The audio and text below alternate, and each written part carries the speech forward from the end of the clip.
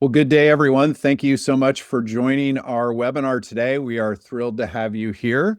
We are really excited to talk about a really interesting topic today. We're going to dive into empathy and AI, how those two kind of words can fit together. Those two concepts can really coexist in a way that makes our advising roles and commitments more impactful for our student population. And what I can promise you is that we'll get a little techie, Brian and I, today, but not too techie. We're really here to talk about the human side of advising and the intersection with this incredible new advances in technology. We will be recording today's session. We will be able to provide copies of the slide deck and all the content, including the recordings, as part of follow-up to everybody who's either here or registered. So we'll make sure and get that to all of you. Brian, are you ready to get started? Yes, I am ready to roll if you are. Let's do it. All right, let's get going. So throughout the discussion today, you can use chat as a way to engage with us. Feel free to put questions in there and we'll do our very best to track those throughout the conversation. Brian, why don't you get started, maybe introduce a little bit about yourself? Yeah, happy to do that, Jason. And thank you to Mongoose and NACADA for having me on the webinar today. This is such a massively important topic and us venturing into the world of the unknown together. My name is Brian Sondey. I'm the Associate Vice President for Enrollment and Student Success at Dutchess Community College in the Hudson Valley of New York State. I've been with the State University of New York system for 5 years. I've been in higher education for 15 years, and I've had the really unique experience of working in both private and public institutions. I've worked with adult learners, traditional learners, transfer students. And what I've learned through the journey of my career is really student success and supporting students is kind of at the anchor of everything that I do. You know, every step in my career, I started as an admissions counselor, and kind of every step in my career and every transition I've made, a lot of it has been because of I've reached a point where I feel like I've supported students in that level or that role, and I've gotten to that point where I need to do more. And that's always been my focus. That's why I'm really excited to talk to you all today, because I feel really fortunate we can talk about a lot of elements to the topic. We're going to be able to talk about, the AI impact of your role when a student is in front of you, if you're an advisor, all the way up to institutional capacity, initiatives, and best practice. So I'm just absolutely thrilled here to break it all down with you. And Jason, I'm going to kick it back to you. Sure, Brian. I'm not going to follow that at all. Brian's definitely the headliner here, but I'm thrilled to be a part of this as well. And also a big thanks to NACADA and the organization for supporting this topic today. My role at Mongoose is to help support our nearly 1,000 clients across the U.S. in their journey to provide a better outcomes for their students. We are just thrilled to have the opportunity to support such a diverse base of clients across 2-year, 4-year schools. I've dedicated the last 10 years of my career to the educational technology field and supporting organizations all across the globe throughout the journeys that their students have in their organizations. So please, if you have our QR codes here on the screen, if you'd like to connect with Brian or I on LinkedIn, those will take you right to our profiles. We'd love to continue the conversation there as well. Okay, so sorry about that. A quick view of where we're going to go from an agenda perspective today. So we're going to take a few minutes here at the outset to set context for both organizations that will be sharing feedback with you today. Then we'll dive in and just touch for a few minutes on some of the current opportunities and challenges within the advising environment.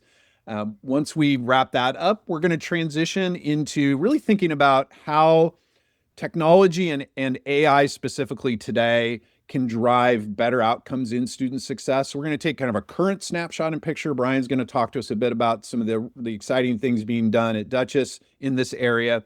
And then we'll move more into like that future view of where we're potentially going with, again, the expansion of AI tools. And we'll dig specifically into what are known as AI agents and how they may be able to impact our advising roles in the future.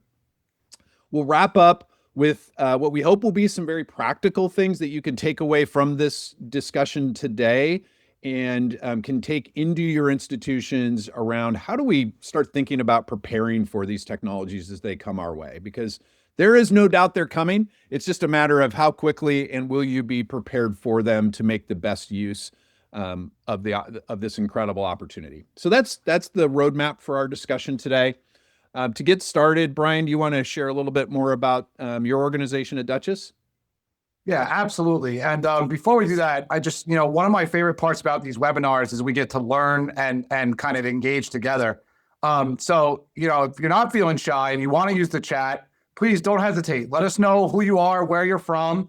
I'm not going to make it a requirement because we can't do that. But we can certainly want to see where our audience is, what you're interested in. And if you're feeling very brave, if you want to tell me what the hardest part was about waking up this morning and getting into the office, because for me, most days it's like one of my kids my 3-year-old daughter wants to do her makeup or something like that. And that throws me completely off. But you know what? Today, I think because of this webinar, it was complete smooth sailing. So, but we're going to flip back. So if there's anything challenging you want to throw in, don't hesitate.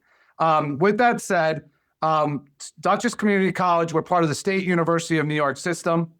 And I think, if you look on the left side of the screen and think about the mission, vision, and core values, I would think that those are probably really similar to what, is held near and dear for you at your campus.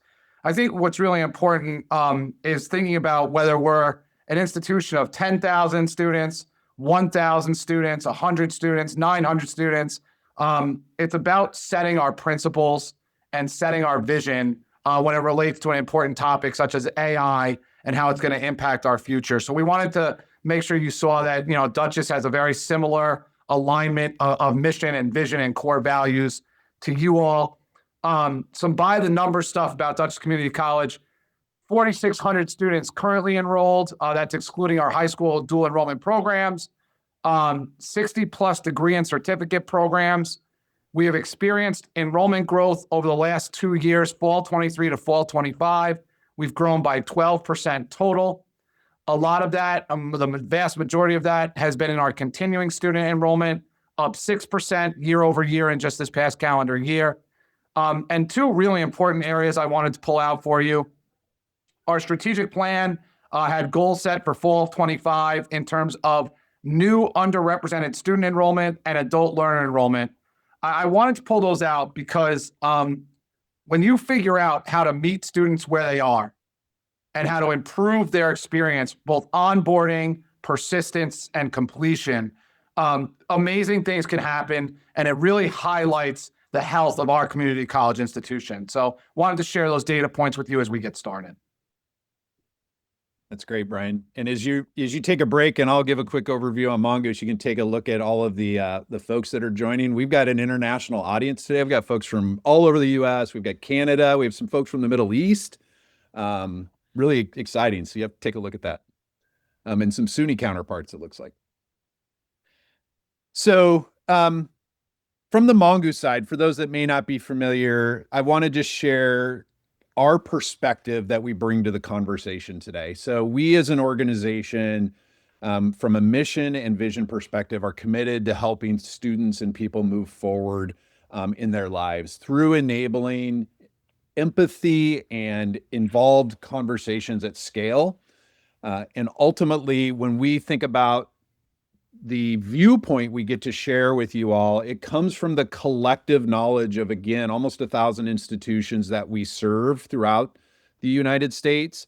And more importantly, as we get into thinking about conversations themselves and the data, there are literally hundreds of millions of conversations that exist within the Mongoose platform today that we are incredibly thrilled to be able to start to lift insights out of that will help us all improve our performance when it comes to communicating with students. So that's the viewpoint we're going to bring to the conversation to complement Brian's real world experience that he's going to share with you all as we go throughout the discussion today.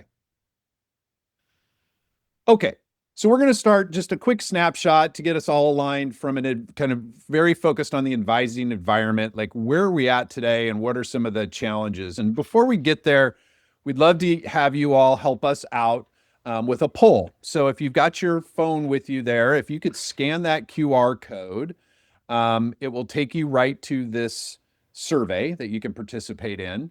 And we'd love to hear from you when you think about your role in advising, or the advising role in general, if that's not your specific position.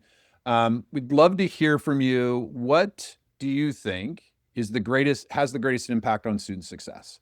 You've got 4 options there. The information I provide being accurate and clear, the empathy I show, follow-up and accountability or responsiveness.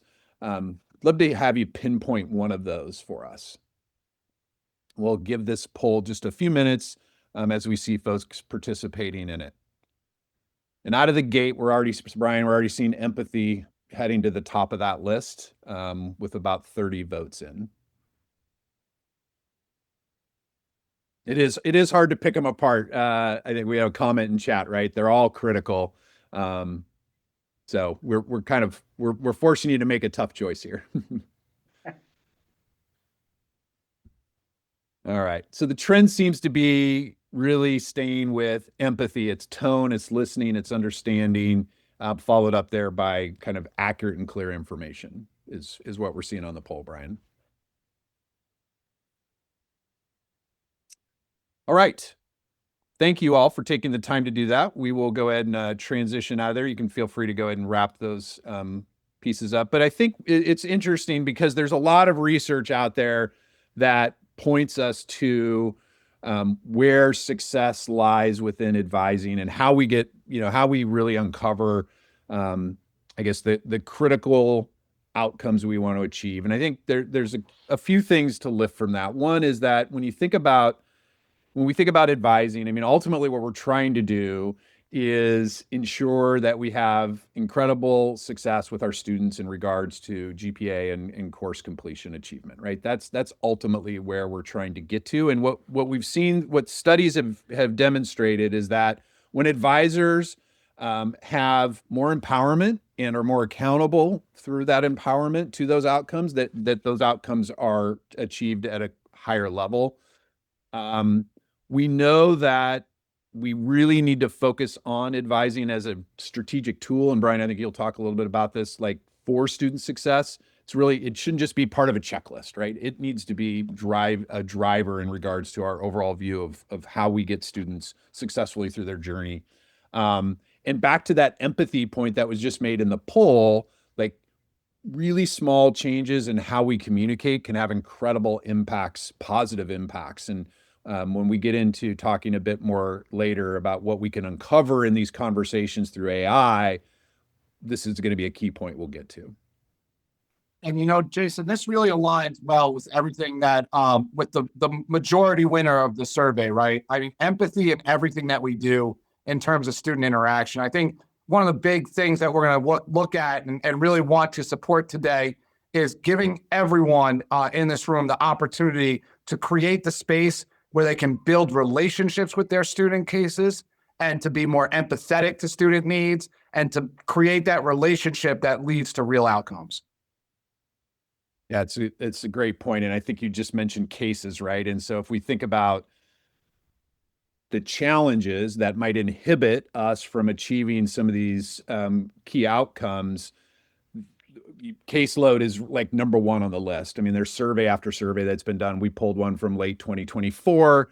When we think about the inhibitors to success, that is a real challenge that everybody on this call we know is facing. And when you layer onto it some of the other challenges, just from an environmental perspective, we all know we operate in a what can be a somewhat inefficient environment. There's a lot of manual processes we have to deal with. Tools and systems in our organizations can be somewhat disconnected. Like you layer that into dealing with high caseload and you get one of the outcomes that was also highlighted in the survey as a challenge, which is turnover at the advisor role. Like that's the survey that was done here found that a third of the advisors that responded had only been in their roles for less than 2 years. So I know that those are all challenges, Brian. I know we talked a little bit about that. You definitely see some of this in your world, right? Absolutely, we do. And in fact, I would strongly encourage everyone in attendance to think about, and this is where we get into that larger scale on one end, in terms of finding opportunities, whether it be statewide, federally, that can support decreasing caseloads.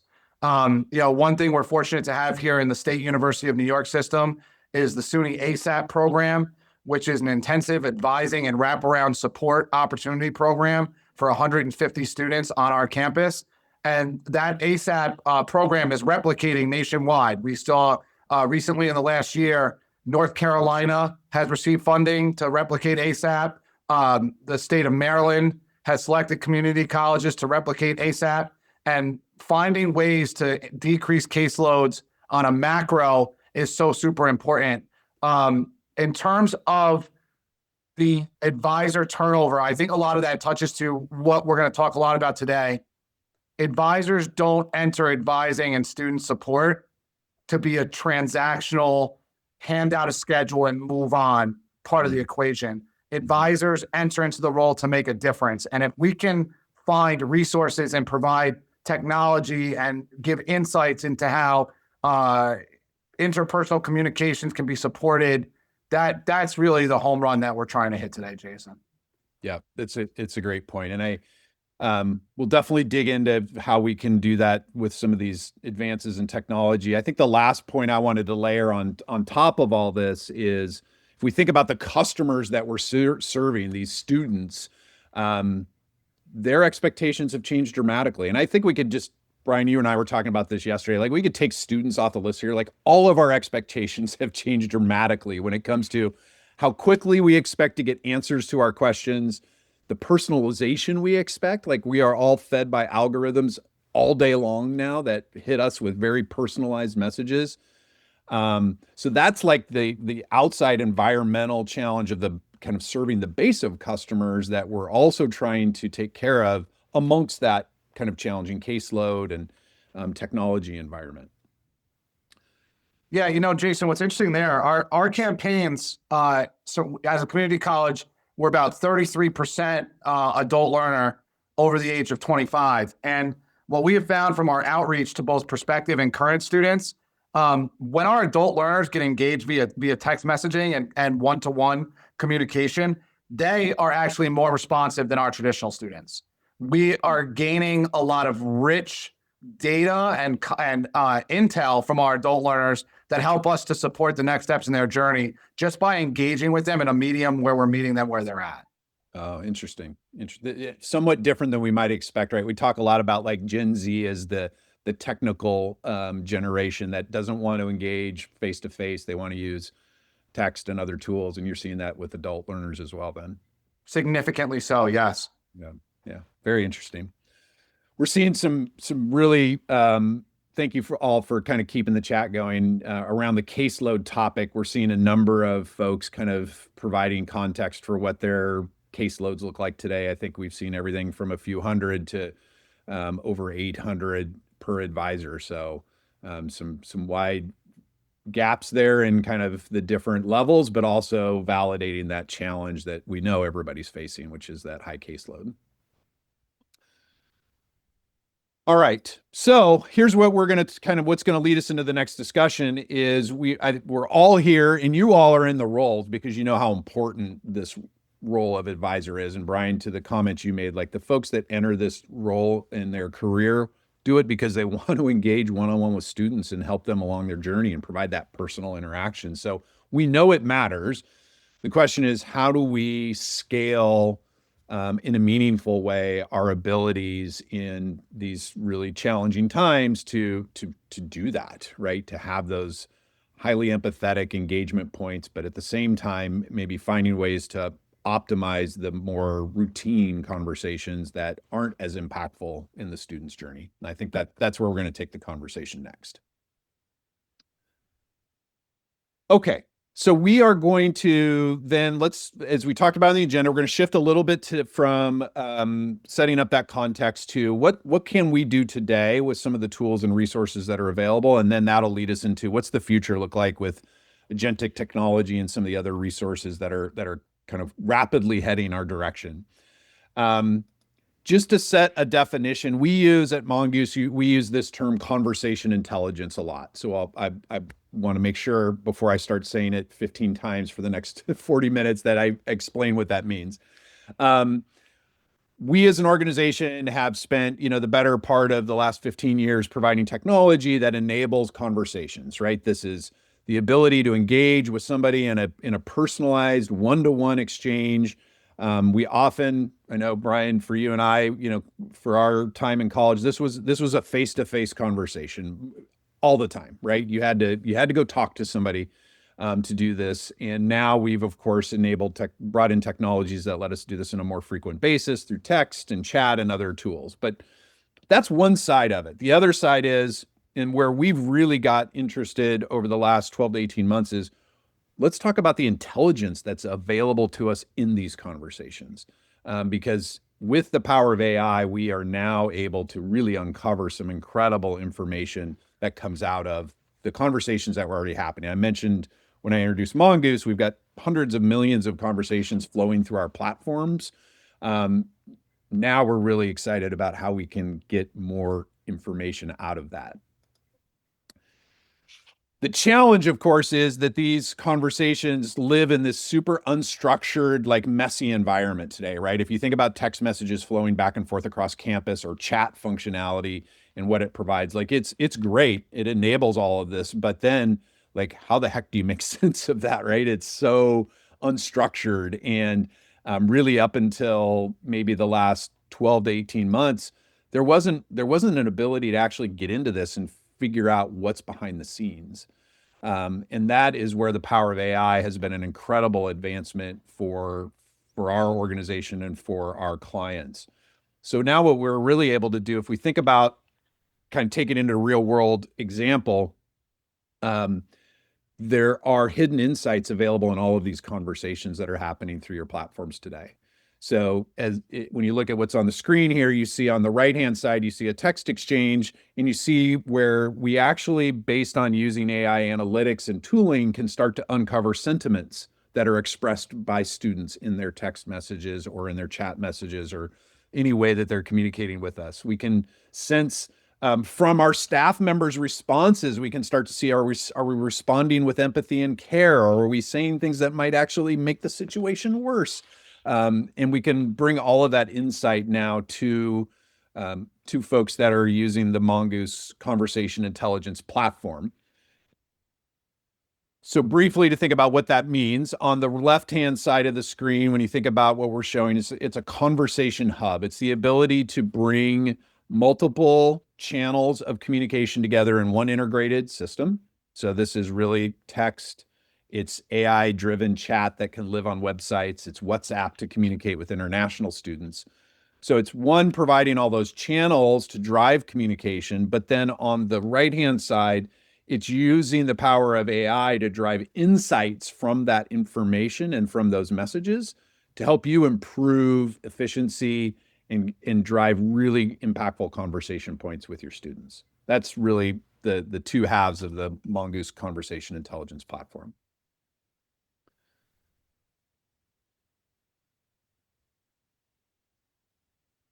When we talk about the evolution here, and Brian, I'm gonna let you talk next, I promise. When we think about that evolution, what I'm showing on the screen here is an example of a dashboard that Brian and his team and all of our other customers have access to today.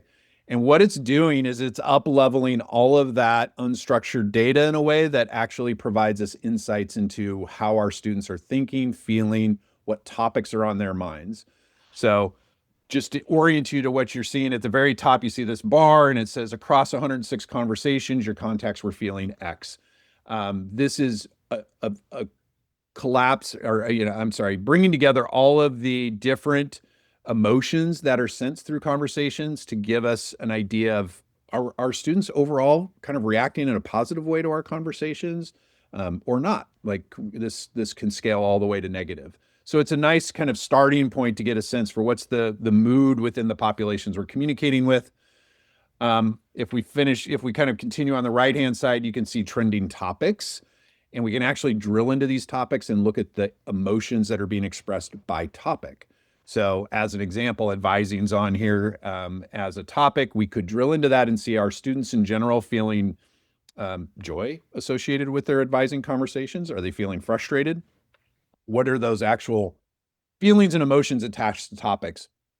And then the last thing I would highlight that's really critical is when we provide ways to communicate with students, we absolutely have to make sure that we follow up on those conversations and we address their concerns and issues. And so the AI tooling will allow us to up level from all of those conversations where we have conversations that are still unresolved.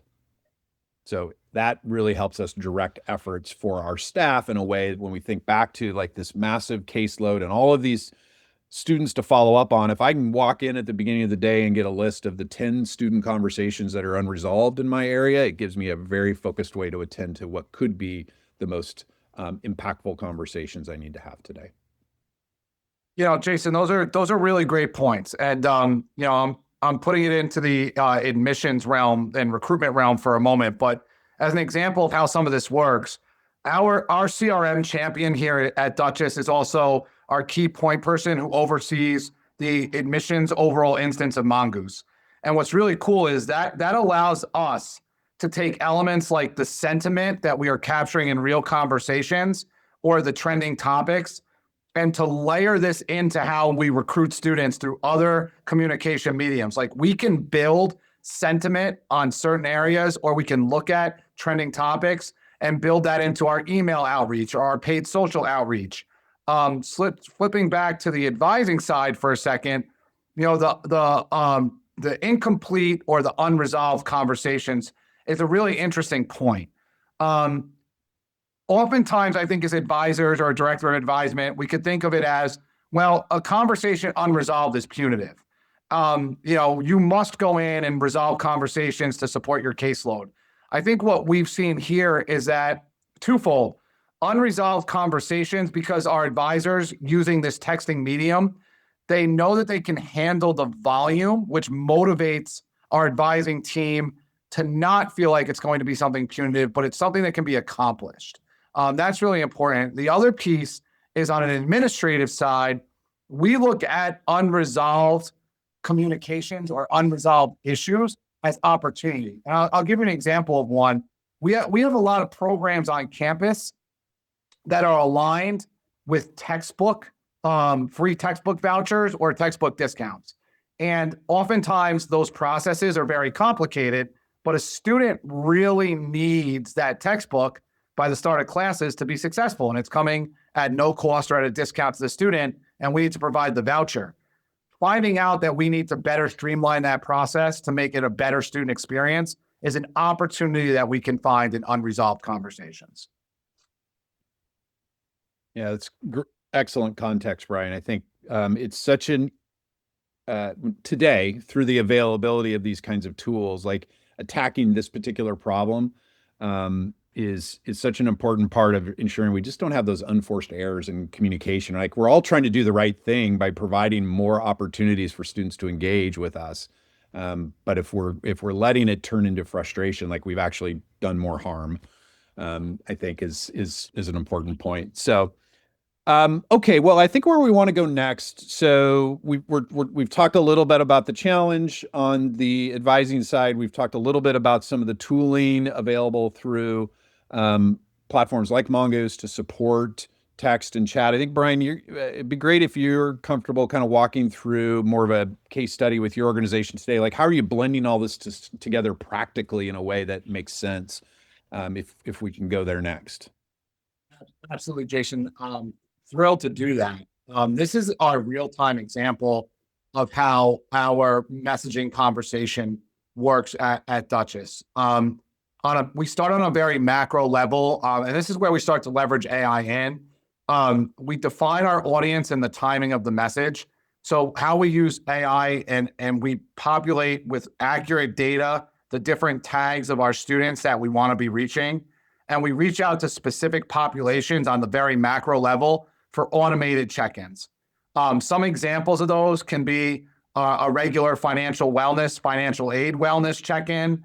We've done some very specific check-ins with regards to our gateway courses, English 100 or statistics. And we also reach out to our students, both our residential students about potentially being homesick and also our commuting students about how they're adjusting to college. So those are very specific populations that we dig into. And what it does is even though it's at a macro level, that personalized outreach, hey, we know you're commuting. How are things going? Where can we support you?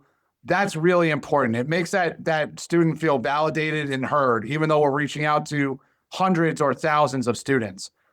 In terms of the outreach that's able to be supported by AI, we prescribe the content and the questions on the macro level. So talking about their feelings, are they concerned? Specifically tying it back to something like a gateway course or feeling homesick.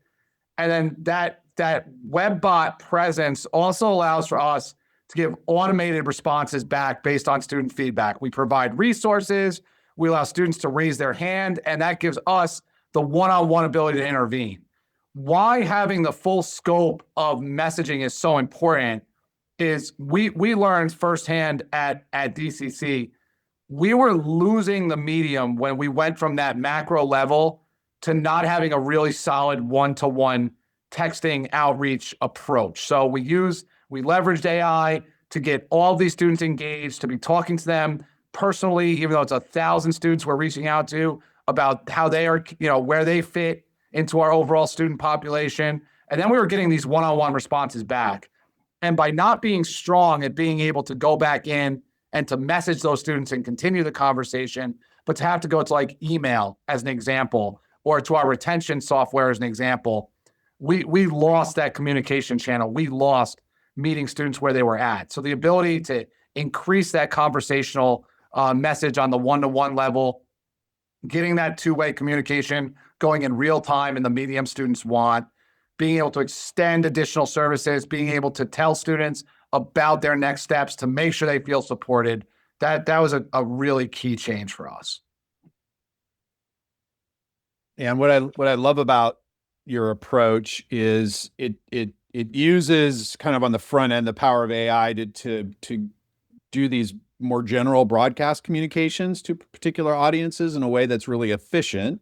And then you're working that funnel down essentially to like those most critical pieces, conversations you need to have with students so that you're focusing your teams in on that really high impact status, right? Yeah, it's a great point. I mean, we recently, just this week, we did an outreach with relative to any concerns or barriers with regards to spring registration. And what was amazing was we received 60 messages back. I'm ready to register. I just need support. And that's an easy referral to our academic career and transfer center. We received 15, 20 back that said, I'm ready to register, but I'm really worried about my financial aid. We're able to refer them out to financial services. And then we had 15 or 20 that will say to us, I'm not sure if I'm coming back. And that's that pool like, okay, it's showtime for us. The spotlight is on. We found them. Students want to be here. We can save these 20 students. Yeah. Really, really. Yeah. I mean, there's no more important conversation than that one right there. 100%. Okay. Well, that's great. So, thanks for walking through that real life example. I think it gives us a great picture of like where the technology tools today kind of get us and how important human intervention is, right? I think one of the things we often hear from folks when we talk about AI as a tool is that it's going to be a replacement for them as a human, right? It's just going to take over and I'm going to lose my job. And what we know to be true at this point is that is not a reality any of us are dealing with. We're really looking at how do we become more efficient so that we can focus our time and effort in those really crucial moments. And so that's where we're going to take the conversation next. So we're going to kind of take that real world example that you shared with us on where we're at today. Let's start talking a little bit about this concept of AI agents and how they might start to intersect and even complement what you just walked us through a little bit more. Okay, so we've got another quick slide for a poll as we move on through this. You're welcome to participate in this. It's really always interesting to hear when we just start to dive into the topic of AI, like how do people feel about it? What do you think when you hear the words AI or AI agents?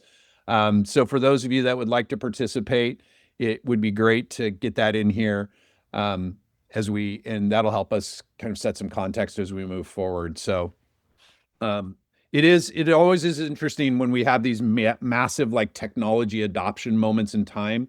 Fear is often like a very common emotion attached to them, right? Because there is such an unknown. I think we've all lived through a number of those. I've lived through probably more than most of you at this point in time. So my big fear was when the compact disc came out, what was I going to do with all my cassette tapes? Like that really kept me up at night as a 16-year-old. So, you know, now the stakes are a little higher these days with AI, but thank you all for taking the time. We're seeing a number of words here, but some that are kind of ringing more true for others. Impersonal is really interesting. That also shows up a lot with AI, which is one of the things we're really interested in, because what we've been able to really uncover through the use of AI and in building conversations is that, frankly, it can do a better job than a lot of our staff at building an empathetic response to a student, because it's not bogged down by time constraints. It's not kind of staring at a huge work task list for the day and trying to just cross things off. Like that's a really interesting one we'll talk more about. But thank you all for taking the time to build this out. It's a really great context for where we're going to go. All right, so we're going to spend some time now just talking about AI agents. To set the context for that, let's talk for a minute about where we're at in this generative AI maturity model as we think about it at Mongoose. So many of us are very comfortable at this point with, whether we know it's AI or not, in what these tools have been doing for a while, which is simply just, you know, taking information that may exist in one place and putting it in another for us, helping us fill in, you know, blank spaces on forms or within software tools. And what's now really starting to evolve is kind of the middle of this curve, which is using AI tools for research partnership, for thought partnership, kind of putting, you know, giving questions to AI in a way that it can go out, do some research for us and come back with intelligence. Where we're going to take the conversation with agents is really the where this curve is accelerating right now, which is AI as an activity partner or assistant, right? So using AI to complete tasks for you, ultimately being able to think ahead of where you are and, you know, providing proactive information to help figure out what you want to have accomplished. That's really the power of agentic technology, which is what we're going to dig into next. The good news, I think, for all of us, if we can kind of get through that first level of fear that we have about the tooling, is that it is increasingly more accessible from a learning perspective than technology tools of the past. Like our ability to get in and play with AI tools, whether it's Chat or Claude or other technologies that you might like to use, like it's pretty simple to learn how to build prompts and to engage with AI, especially when you compare it to the capabilities that will deliver to all of us as humans. So our encouragement, Brian, I don't know if you would, I'm sure you would agree, like our encouragement is get in and play with this wherever you can, just from a personal development perspective, and get comfortable with what AI tools can do for you. Because again, it's not going away, it's coming, and we just have to figure out how to best adopt it. Yeah, I completely agree, Jason. I would say, you know, translating the Slido survey and the words that were coming into play, I saw support. And so what I would really encourage everyone to do is to look at how can you kind of innovate in your own space with AI to create that support that you need from your position or for your team, because that is really the double win. That shows how you're going to enhance your team, how you're going to bring your campus to the next steps in terms of student success. And it really, in all honesty, makes us all more valuable to the institution. Yeah, that's a great point. So let's talk a little bit about agents as a topic. So folks on the call may or may not be familiar with this kind of advancement within AI. So just to set the stage, an agent really is a tool that helps drive to outcomes with clear kind of instructions, and it requires minimal involvement from humans, right? So some of you may already be playing with agents as a way to help automate processes within your own personal lives. There are lots of tools out there available already for us to play with. But what's really exciting about this technology as we think about it is for roles like advising and in other places within higher ed is that it can take in information in plain language. It can decide what steps need to be taken. If it's got the right integrations built into it, it can actually go out and proactively take steps for us. And we'll go through some what examples might look like there. It can ask clarifying questions. It can complete task force. It can take out even more of what we think about at Mongoose as kind of the hands work that's associated with the day-to-day tasks we all are operating with. And if we go all the way back to the beginning, where we were talking about caseloads and the burden of disconnected systems, like the potential promise here of agents is to really take big chunks of work out of those buckets and again, free up more time for that human intervention that is so important to all of us. So what might that mean for our example that we talked about earlier, Brian, right? If you think about bringing that workflow that you shared, and now let's think about where agents could fit into that process. Can you walk us through what you're imagining? Yeah, absolutely.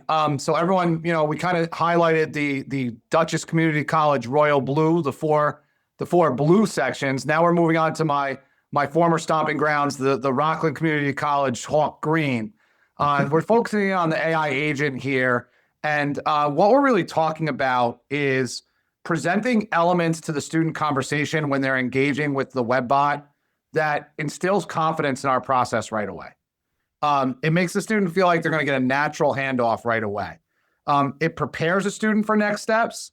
It allows for our advisors to focus on what conversation points are going to really matter to impact the student positively. I saw an interesting concept the other day, which I'm going to keep looking at further. It's called the advisor wheel, and it lists all these different concepts like financial wellness, student, their mental health, how they're doing in school. And imagine if you didn't have to spin that wheel to figure things out, but the student literally told us before an appointment that they were able to pre-book what they need, how we can support them. Think about our preparation, how that helps us to get ready for a student. I just think it's a huge change, a huge win, and something we're really eager to pursue with you all. Yeah, so to your point, it's one of those areas right now where you have to just keep kind of looking at where the innovations may be coming from. If we think about where, a specific AI agent, I'm going to skip a slide there, but just moving through the content, where an advising agent may interact and really help us, right? You could have an agent that can help with those really routine course selection tasks, right? The early stages for students where everything's pretty routine. It could do automatic checks in the background and look at that student's current course load and make assessments on where they need to enroll. It could flag risks, right, for your advisors, Brian, so that it's helping you actually up level again those critical conversations, maybe somebody who's not passing a course, and that'll impact their future course of study. And then it can do the pre-work to help make that advisor meeting much more efficient, right? If you can get all of this picture created through an agent, then when you sit down one-on-one, you can really have impactful conversations. You're not spending your time sorting through all of this data in the way that a lot of us have to. When you look at where most advisors are spending their time, it is all here in these kind of what I would, in these areas that aren't necessarily where you want to, right? It's all the coordination across departments, and it's caseload reviews, and it's all the administrative stuff that has to happen before you ever get to talk to a student. Yeah, Jason, this slide, maybe, if I could put an emoji on the screen, it would be a crying, sad face, because the reality is think about what we talked about in terms of advisor burnout and just connect this slide, right? This just does not represent what advisors and student success professionals came to colleges to do and to gain fulfillment from. I mean, the reality is if we stay transactional, we really miss the opportunity to make structural change. That's exactly right. And there's a great comment that just came in about if we can automate these impersonal kind of mundane processes and use AI to do that, it really helps advisors focus on those personal real world experiences. Is a great point Awesome. made in the chat. So this is the potential power of these tools. I think where we want to take the conversation next is really thinking about how we prepare for it. So that's kind of, we know there may be folks on this call today that are already experimenting a bit with agents and other AI tools. I think there are challenges in the environments today that we exist in that may inhibit the adoption of AI. And so we want to spend some time talking about that. Before we get there, though, I know we have some folks from Southern New Hampshire on the call. We love this quote that came from Southern New Hampshire in talking about how AI really enables human connections. What this quote says is that there's hands, head, and heart work that needs to be done to help students achieve their goals, and where advisors shine is in that heart work, right? It's not the hands work, it's not all that busy work, it's that heart work. And if we can really reduce that time that's being spent on hands and head work, it gives us the opportunity to really get engaged in that impactful heart work that not only is great for the students, but we know helps advisors love what they're doing and stay in their roles longer, right? Like that was such an important part of the survey at the beginning. So thank you to the folks at Southern New Hampshire for setting this context for us. It's something we really find impactful. Okay. So Brian, I think where we'll go next, just to stay on track time-wise, is let's jump into the conversation around how we prep an institution for adoption and what some of the key factors are there. So I'm going to take us into that discussion here. And there's a whole list of topics and conversations we could have here, but we wanted to really focus on what are some of the practical things you can be thinking about today when it comes to shaping the future of AI for your roles in advising and in your institutions. Before we maybe dive into the list, Brian, I know you had a really important point. You were talking about the intersection of AI as it relates to both like kind of business strategy as well as the academic side of the institution. You want to touch on that? Yeah, absolutely. And not to kind of ping pong around here, but I think it really takes us to step 3, planning governance. Mm-hmm. And a key takeaway for any institution right now, this idea of AI and shared governance and AI and campus policy. If your college is not digging into an AI policy to just actually start to outline kind of the boundaries and the playing field for AI on your campus, it's definitely something that you need to bring back to your institution. Also, having a best practices team that's cross-functional, faculty, staff, high executive level administration. These are daily conversations that we have to be having. And my biggest thing here, the focus has to be twofold. Yes, we need to protect academic integrity. Yes, we need to protect instructor freedom, but we need to create an environment where faculty and staff are encouraged to investigate and procure the latest AI technology that really advances opportunities to support our students. Mic drop. I mean, I think we can walk away on that line, Brian. I 100% agree. Like, as we engage and talk with our customers all across the country, I think there has been the initial focus, of course, on academic integrity has frankly outweighed the focus on, how do these tools actually drive efficiencies and help us provide better outcomes to our students, because AI's got lumped into this bucket. And it came up on that word cloud. Like, one of the first words that came up was cheating. And so that's still the lens I think we think too much through when it comes to AI. And to your point, like the governance approach should help broaden that viewpoint. There's a couple other things I'd love to just touch on here. We talked about one a little bit already. It's more of a personal kind of framing of AI adoption and looking for how you all in your roles today can start to bring it into your day-to-day. You just have to figure out ways to embrace it. But But I think there's a couple other key points here that are worth talking about. When you think about the second bullet here, the earlier institutions can really start thinking about their current workflows, looking, and it's come up in the comments here a few times, like identify those high volume, really repetitive processes that exist. It could be forms that are filled out, over and over again. Those are the places that are going to be really ripe for AI activity and for agent support. And the earlier you can start to think about that and identify those, the better. Because too often, I think from my seat as somebody that's helped organizations adopt technology in different parts of the higher ed environment, this process often gets flipped.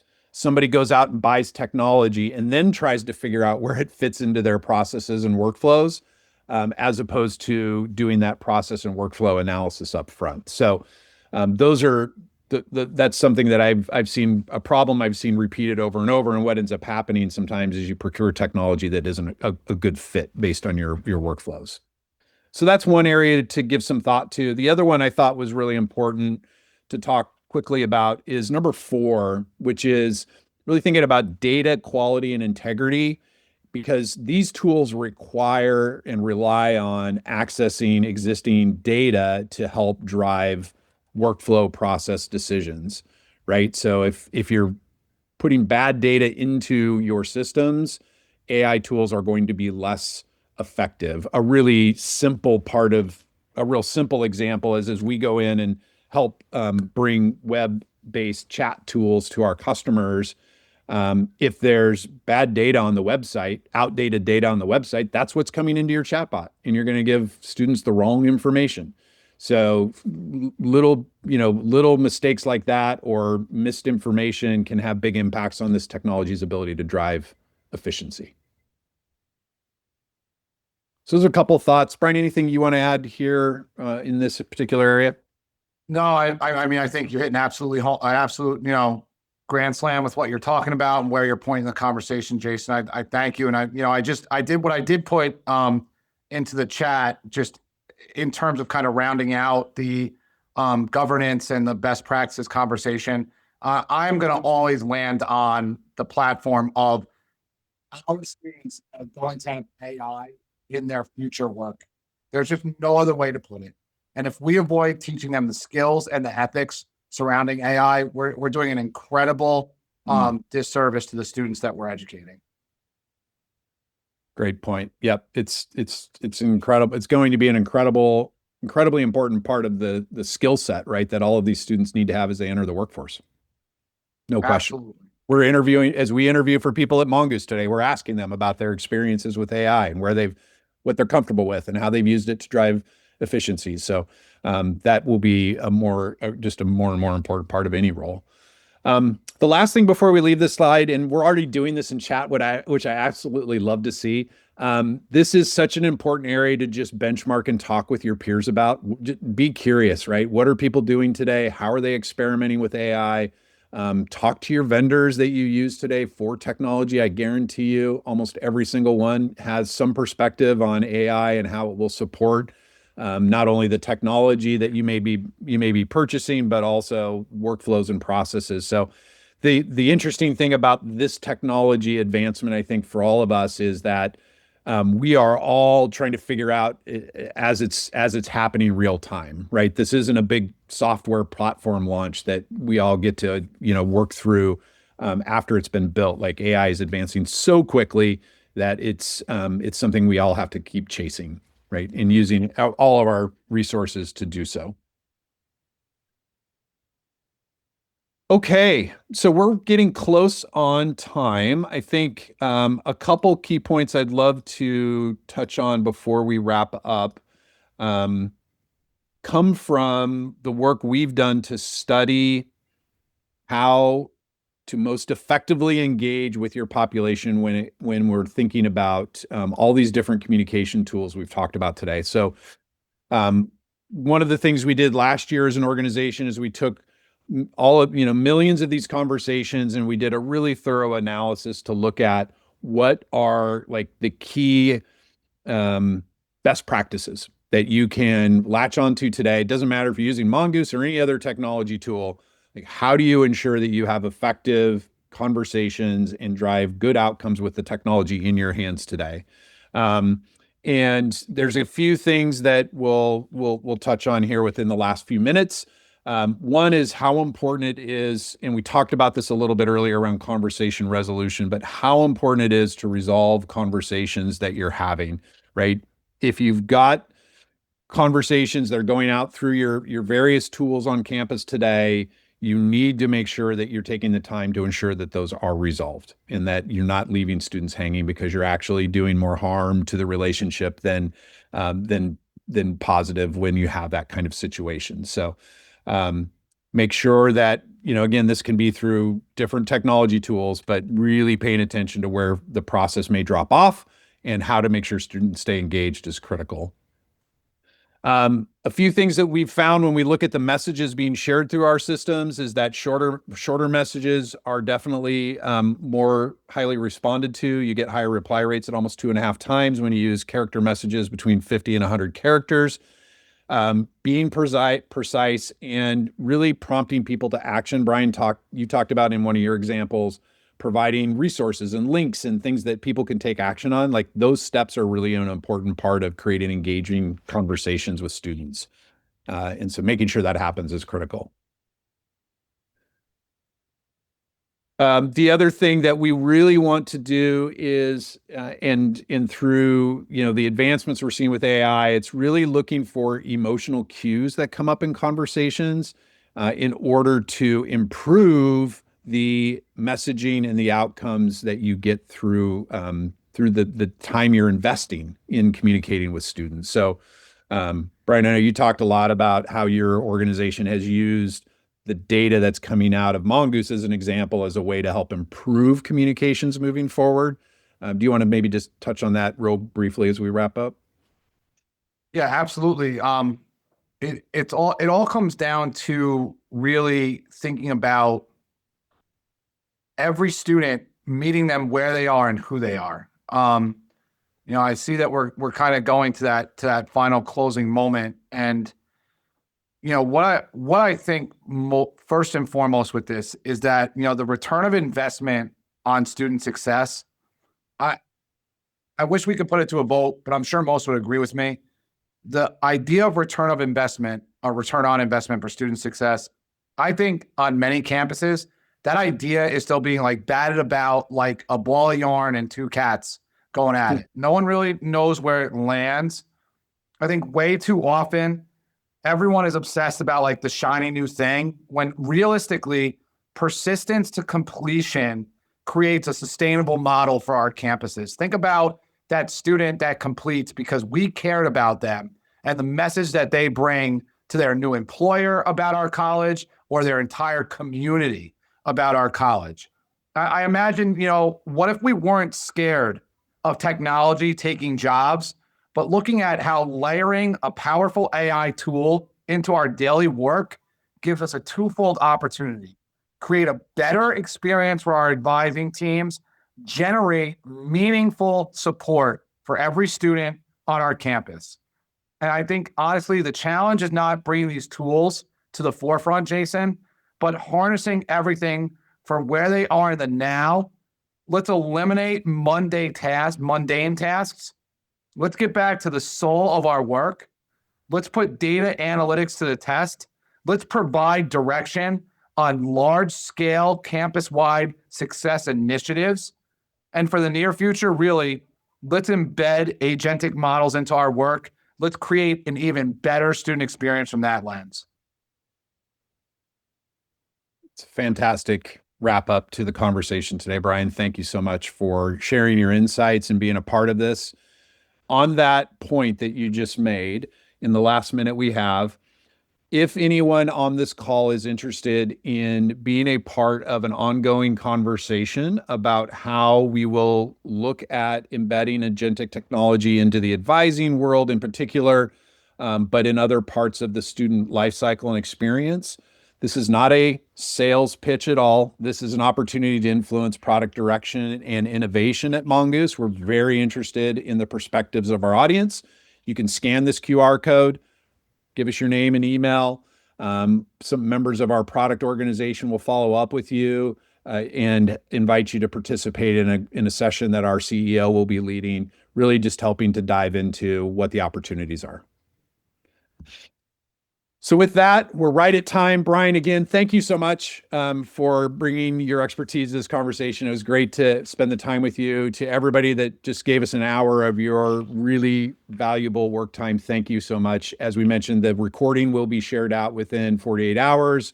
And we will also make sure that we make the slide deck available. But thank you for your time and all of the input. It was a great hour.